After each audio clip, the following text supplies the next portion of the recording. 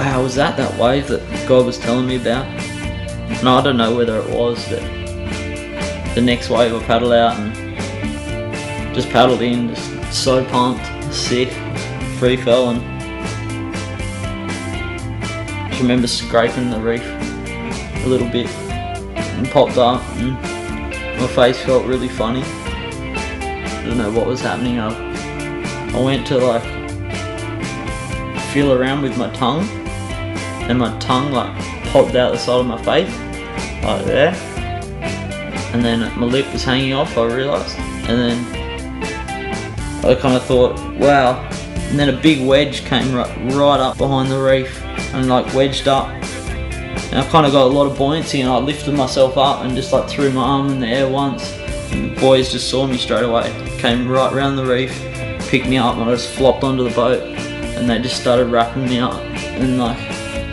I was like so pumped, so stoked, so content. I was just like praying and saying to Jesus, like, I pray this, you know, this goes for you, Lord, and like I just pray that you do your will in this, and all sorts of stuff. And I was just praying heaps, but all the boys, I felt like they were really moved by the situation, and I was so pumped because I knew Jesus told me 2 weeks earlier that I was going to get the biggest wave in my life. Me and Glenn were actually praying about it at church. It's just awesome how he supplied that bombie in the middle of nowhere for us to do that at. Anyways, I went to hospital and I got 63 stitches in my arm and my face,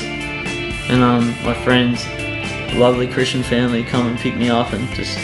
chilled and cared for me and took me to church the next day, and I ended up just getting up the front in church the next day and talking to like hundreds of people about this situation.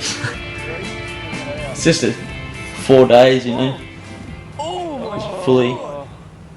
life moving stuff.